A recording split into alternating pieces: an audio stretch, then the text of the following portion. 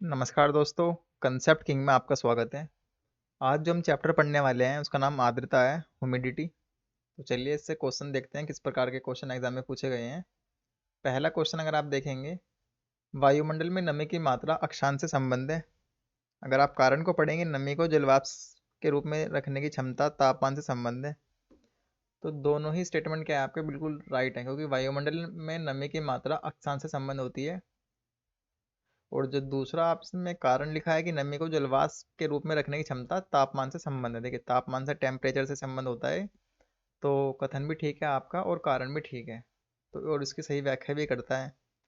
अगर आप चार ऑप्शन देखेंगे तो इसमें ए ऑप्शन ठीक है कि ए और आर दोनों सही है और आर ए का सही स्पष्टीकरण है। अक्षांश से भी संबंध है और तापमान भी ह्यूमिडिटी को प्रभावित करता है। अगला क्वेश्चन देखेंगे आप, ग्रीष्म काल में आर्द्र ऊष्मा का अनुभव होता है जब मौसम उमस वाला होता है। तो इसका राइट आंसर है डी। डी इसका राइट आंसर है। अगला क्वेश्चन है, आर्द्रता परिणाम है। तो आर्द्रता किसका परिणाम है? हवा में नमी का। बहुत सिंपल सा क्वेश्चन है। तो डी इसका राइट आंसर है, हवा में नमी की उपस्थिति का आर्द्रता परिणाम है। देखिए, अगला जो चैप्टर है वो वायु दाब है, एयर प्रेशर जिसको कहते हैं। बहुत ज़्यादा इंपॉर्टेंट है। इसी से चक्रवात वगैरह और जो आपकी हवाएं चलती है, पवन चलती है, वो सब इसी चैप्टर से रिलेटेड है। तो इसका कंसेप्ट आपको बहुत अच्छे से बनाना है। तो देखते हैं इससे किस प्रकार के क्वेश्चन एग्जाम में बनते हैं। देखिए, पहला क्वेश्चन देखते हैं हम। पहला क्वेश्चन अगर आप देखेंगे, दोनों गोलार्धों के 60 से 65 डिग्री अक्षांशों में उच्च दाब की बजाय निम्न दाब पट्टिका पाई जाती है। कारण देखेंगे आप, निम्न दाब क्षेत्र भूमि पर नहीं बल्कि महासागरों पर स्थायी होते हैं। देखिए, अगर आप पहला देखेंगे और सेकंड देखेंगे, देखिए ये कितनी पेटियां होती हैं। देखिए, मैं आपको मैप में यहाँ पे दिखाऊं। देखिए, ये वायु दाब की पेटियां हैं। इनको आपको अच्छे से माइंड में मेमोराइज करना है। तो लो प्रेशर की पेटी ये वाली है, भूमध्य रेखीय पेटी। ये हाई प्रेशर की पेटी है। और हाई प्रेशर की एक पेटी ये रही, यहाँ पे उपोष्ण उच्च वायुदाब है। और ये लो प्रेशर है। और यहाँ पर भी लो प्रेशर है। ठीक है। तो 60, देखिए 45 और 66.5 डिग्री के बीच में निम्न लो प्रेशर की वायुदाब पेटी पाई जाती है। तो आपको ध्यान में रखना है, 23.5 से 35 डिग्री पे कौन सी पेटी पाई जाती है? हाई प्रेशर की। तो इन पेटियों को ही आपको ध्यान से एनालाइज करना है और बिल्कुल माइंड में बिठा लेना है। तो तब आप इसका आंसर कर पाएंगे कि दोनों गोलार्धों में 60 से 65 डिग्री अक्षांशों में हाई प्रेशर की बजाय निम्न दाब पट्टिका पाई जाती है। तो निम्न लो प्रेशर पाया जाता है। देखिए, आप 60 से 65 डिग्री आप जाएंगे तो 60 से 65 ये रहा, 60 और 65, 45 से 66.5 डिग्री के बीच पाया जाता है। तो आप पाएंगे कि यहाँ पे क्या पाया जाता है? लो प्रेशर पेटी। तो पहला स्टेटमेंट आपका बिल्कुल ठीक है। अगर आप सेकंड पढ़ेंगे, निम्न दाब क्षेत्र भूमि पर नहीं बल्कि महासागरों पर स्थायी होते हैं। तो आपको पता है महासागरों पर ये स्थायी होते हैं, क्योंकि अगर आप भूमि क्षेत्र पर जाएंगे वहां पर ये स्थायी नहीं होते हैं। तो ए और आर दोनों ठीक है, लेकिन इसके सही, देखिए ए और आर कोई आपस में संबंध नहीं है, लेकिन दोनों ही ठीक है। तो उसका जो राइट आंसर है वो होगा बी। बी इसका राइट आंसर है। ए और आर दोनों सही है और आर ए का सही स्पष्टीकरण नहीं है। अगला क्वेश्चन देखते हैं।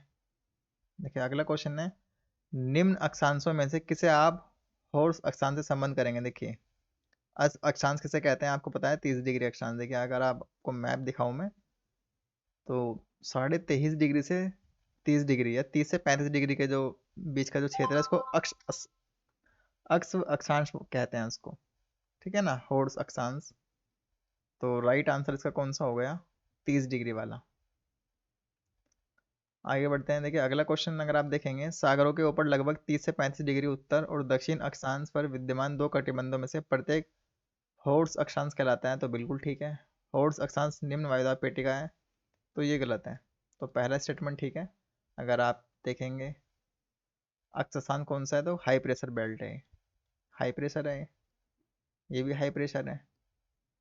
तो कितना सिंपल सा क्वेश्चन था ये वाला। आप देखेंगे ये वाला, हॉर्स अक्षांश निम्न वायुदाब पेटी है, तो कहाँ है? तो हाई प्रेशर है। तो ए इसका राइट आंसर है। अगला क्वेश्चन है, वायुदाब सबसे कम होता है तो शीत ऋतु में, वसंत, शरद या ग्रीष्म ऋतु में? तो ग्रीष्म ऋतु में वायुदाब सबसे कम होता है। इसका राइट आंसर है आपका डी। देखिए अगला चैप्टर है बादल वाला चैप्टर है। तो पहला क्वेश्चन देखेंगे आप, बादल परिणाम होते हैं तो किसके परिणाम होते हैं? संघनन के। तो कंडेंसेशन के ये परिणाम होते हैं। तो राइट आंसर है डी। बहुत सिंपल सा क्वेश्चन था ये। अगला क्वेश्चन है निम्नलिखित में से कौन सा बादल अत्यधिक तीव्र वर्षा के लिए उत्तरदायी होता है? तो कपासी वर्षा। देखिए बादलों का कुछ वर्गीकरण होता है, उनको आपको अच्छे से ध्यान करना है। अगला क्वेश्चन है सर्वाधिक ऊंचाई के बादल कौन से होते हैं? पक्षाब स्तर। तो पक्षाब स्तरीय बादल सबसे ऊंचे होते हैं, राइट आंसर है डी। अगला क्वेश्चन है निम्नलिखित जलवायु और भूगोल विषय तथ्यों पर विचार करना है। तो मेघ गर्जन इनमें से किस किस तथ्य के कारण होते हैं?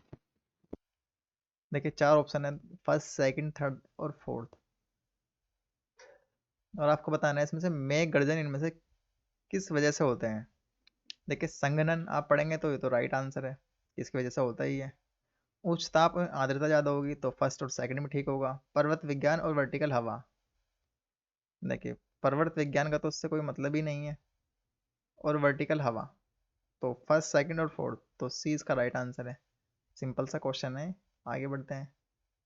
देखिए अगला क्वेश्चन है तड़ित झंडा के दौरान आकाश में तड़ित किसके या किन के द्वारा उत्पन्न होते हैं? देखिए फर्स्ट सेकंड थर्ड आप ध्यान से पढ़ना है आपको। आकाश में कापासी वर्षा मेघों के मिलने से।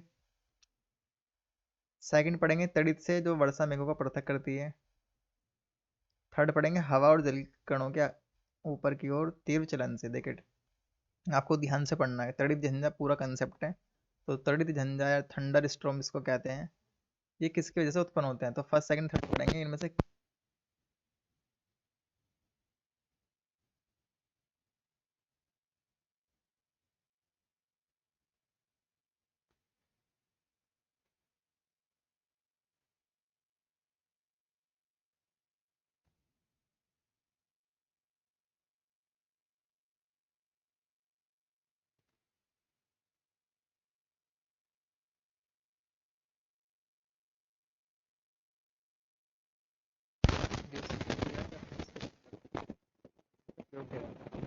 आपसे रिलेट कीजिए। पहला पढ़ेंगे तो वर्षा में कुछ क्षेत्रों में कृत्रिम वर्षा की बारह।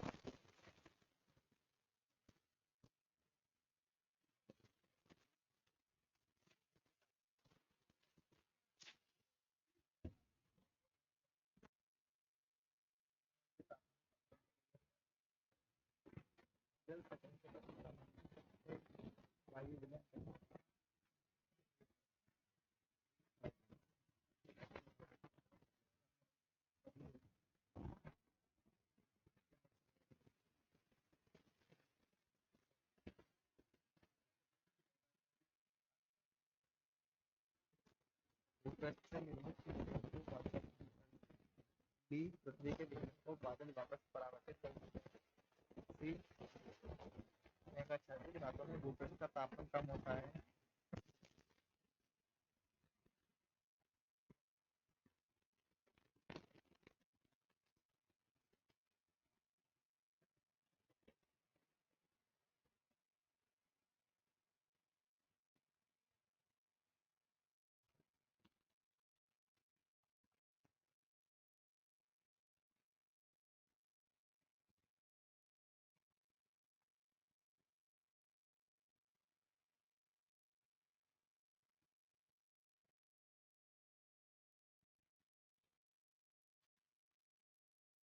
सब क्लियर हो गई। तो पहला क्वेश्चन देखते हैं। उष्णकटिबंधीय क्षेत्र में व्यापारिक पवन के प्रभाव के कारण पूर्वी खंडों की तुलना में महासागरों के पश्चिम खंड अधिक उष्ण होते हैं। देखिए पूरा कंसेप्ट है। उष्णकटिबंधीय क्षेत्र में व्यापारिक पवन के प्रभाव के कारण पूर्वी खंडों की तुलना में महासागरों के पश्चिम खंड अधिक उष्ण गर्म होते हैं, क्योंकि हवा करते करते वहां तक जब हवाएं पूर्वी, देखिए महाद्वीपों के अगर पूर्वी भाग से ऐसे हवाएं बढ़ेंगी तो पश्चिम तक जाते जाते ये उष्ण हो जाएंगी। तो बिल्कुल ठीक है ये। अगला पढ़ेंगे शीतोष्ण क्षेत्र में पश्चिमी पवन पश्चिमी खंडों की तुलना में महासागरों के पूर्वी खंडों को अधिक उष्ण। तो ये भी ठीक है, तो सी इसका राइट आंसर।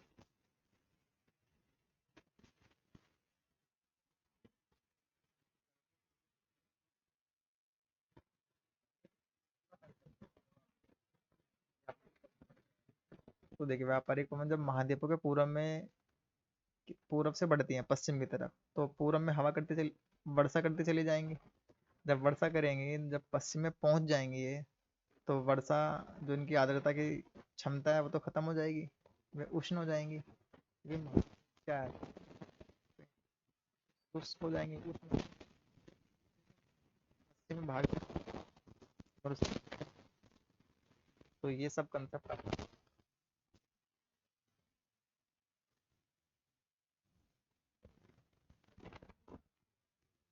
पवन प्रतिरूप है।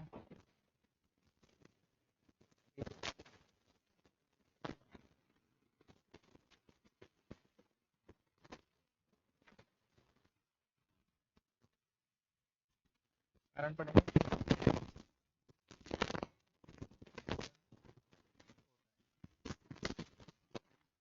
तो ए और आर दोनों सही है, आर ए का सही स्पष्टीकरण है, तो ए इसका राइट आंसर है।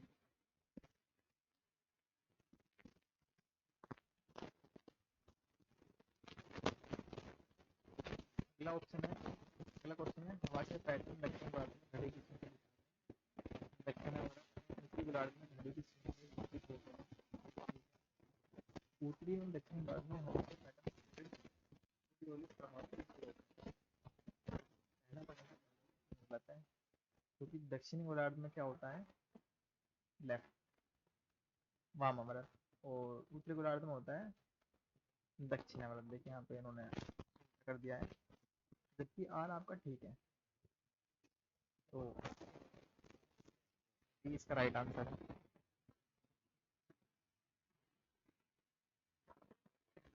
अगला क्वेश्चन, गोलार्ध में पवन अधिक सशक्त तथा स्थायी होते हैं, क्यों? देखिए पूरा कंसेप्ट है, पहला पढ़ेंगे। गोलार्ध की तुलना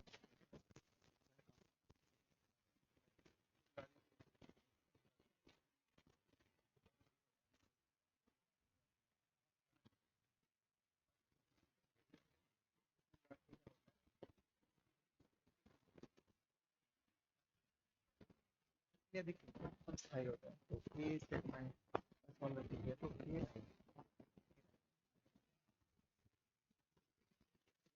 इसका 40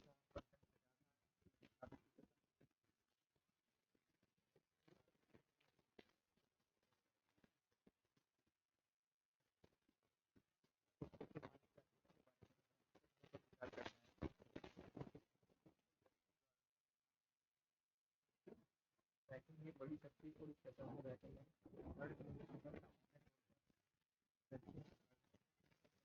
पूरी होती है, कोड पढ़ेंगे। मेघाच्छन्न आकाश वर्षा और खराब मौसम तौर पर संबंधित रहते हैं। स्टेटमेंट आपका क्या है, ये बिल्कुल ठीक है, क्योंकि ये उत्तर और दक्षिण भारत में रहती है, ये ठीक नहीं है।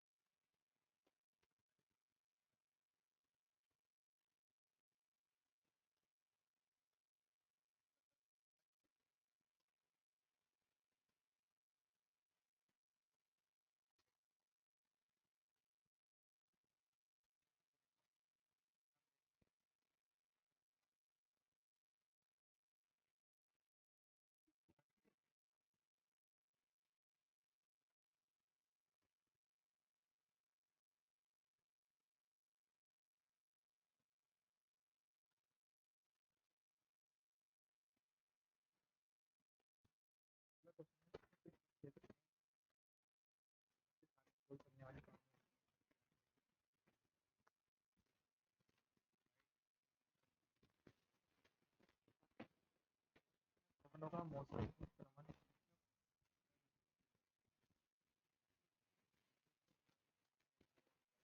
जलवायु मानसून क्या होता है, सर्दियों में क्या होता है, समुद्र के हिंद महासागर की तरफ हवा चलती है, और गर्मियों में हिंद महासागर से तरफ हवा चलती है। तो ये आपको पूरा सही था। तो सी इसका राइट आंसर है। पवनों का मौसमी उत्क्रमण किसका प्रोडक्टिव इलेक्ट्रन है, रिवर्स हो गया। इनमें से जितने भी लिख रखते हैं यहाँ पे जलवायु है, सागरीय जलवायु है, मानसून जलवायु है, जो पूछा गया है कि जो पवन का पैटर्न कब चेंज हो जाता है, जब कब ये किस अवस्था में बहने लगती है। तो मानसून जलवायु रिवर्स में होने लगती है, समुद्र की तरफ चलती है, किस तरफ समुद्र की तरफ चलती है। तो उसका राइट आंसर आपने इसका राइट आंसर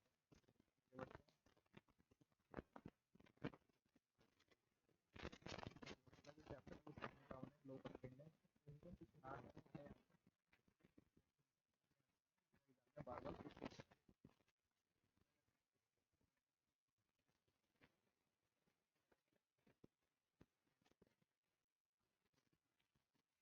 ग्लोबल याद करें वो से लिखे हैं तो उनको याद करें। तो यही इसका एक बेस्ट तरीका है।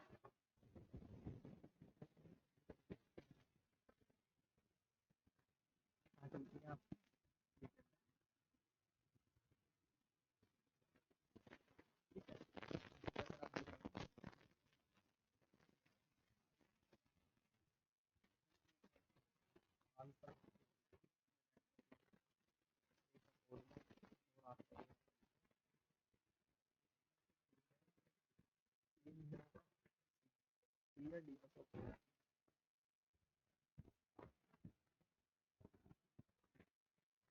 देखेंगे आप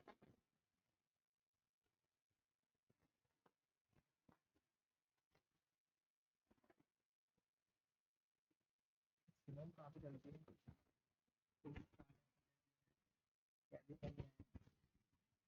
सिमोन जो है आपको पूर्वस्तान में सिमोन कौन सी पावन है, तो सिमोन अरब रेगिस्तान में दूसरी पावन गर्म उर्दू का है या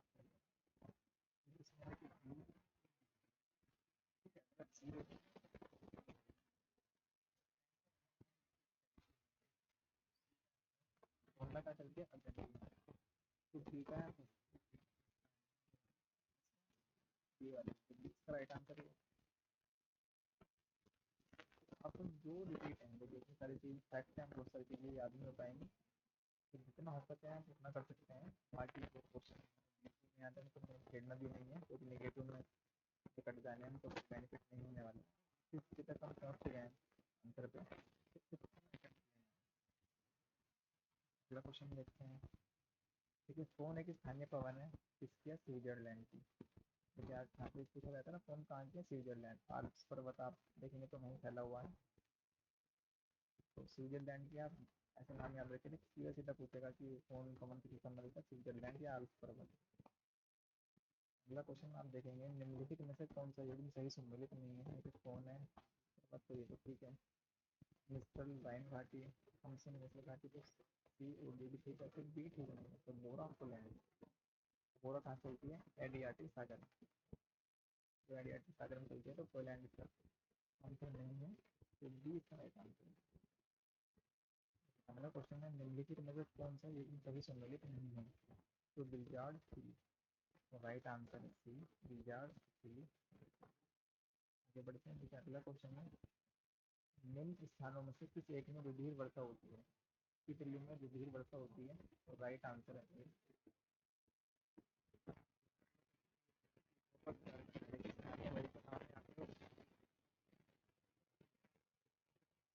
सिरापुर होगा।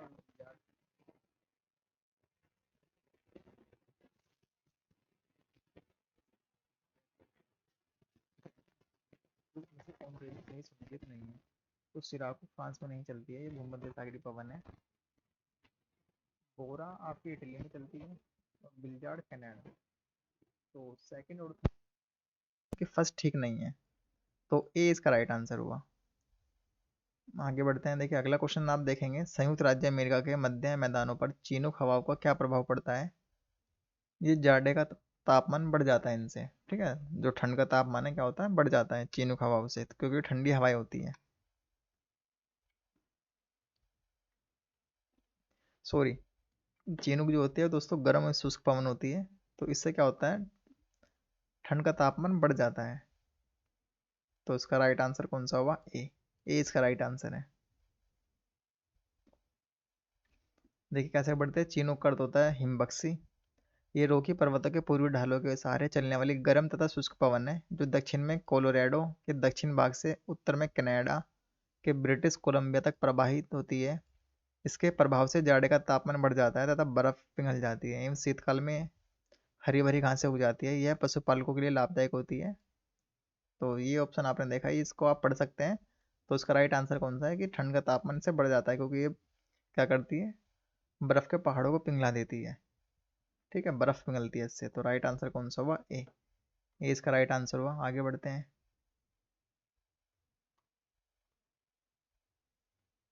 देखिए अगला क्वेश्चन है, निम्नलिखित में से कौन सा सही सुमेलित नहीं है। देखिए हमको ध्यान से पढ़ना है कि क्या पूछा गया एग्जाम में, कि सही सुमेलित है पूछा गया है या सही सुमेलित नहीं है। तो चार ऑप्शन है, इनमें से एक ठीक नहीं होगा। तो कौन सा ठीक नहीं है, मिस्ट्रल ऑस्ट्रेलिया। तो मिस्ट्रल जो पवन है, मिस्ट्रल ऑस्ट्रेलिया में नहीं बहती है। तो इसका जो राइट आंसर है वह हुआ डी इसका राइट आंसर है। ये कहाँ पाई जाती है, भूमध्य सागरीय हवाएं। तो डी इसका राइट आंसर है, जबकि ए बी और सी ठीक है। आगे बढ़ते हैं। देखिए अगला क्वेश्चन है, निम्नलिखित में से कौन सा एक युग्म सही सुमेलित नहीं है। देखिए चार ऑप्शन है। तो सामल ऑस्ट्रिया, देखिए बहुत ही फैक्चुअल इन्फॉर्मेशन है, इतनी इन्फॉर्मेशन किसी को याद नहीं रहती, वो सभी के लिए इक्वल होती है। तो जितना हो सकता है हमें ज़्यादा से ज़्यादा याद करना है। ठीक है। तो अगला चैप्टर जो है वो वन चैप्टर है, उसको हम नेक्स्ट वीडियो में देखेंगे। तो अभी तक हमने जो पढ़ रहे हैं वो वर्ल्ड वर्ल्ड ज्योग्राफी पढ़ रहे हैं। हमने इंडिया ज्योग्राफी को कंप्लीट कर दिया है। भारत के भूगोल को हमने लगभग कंप्लीट कर दिया है। दो तीन चैप्टर कुछ उसमें बचे हैं, उसको भी हम लेकर आएंगे।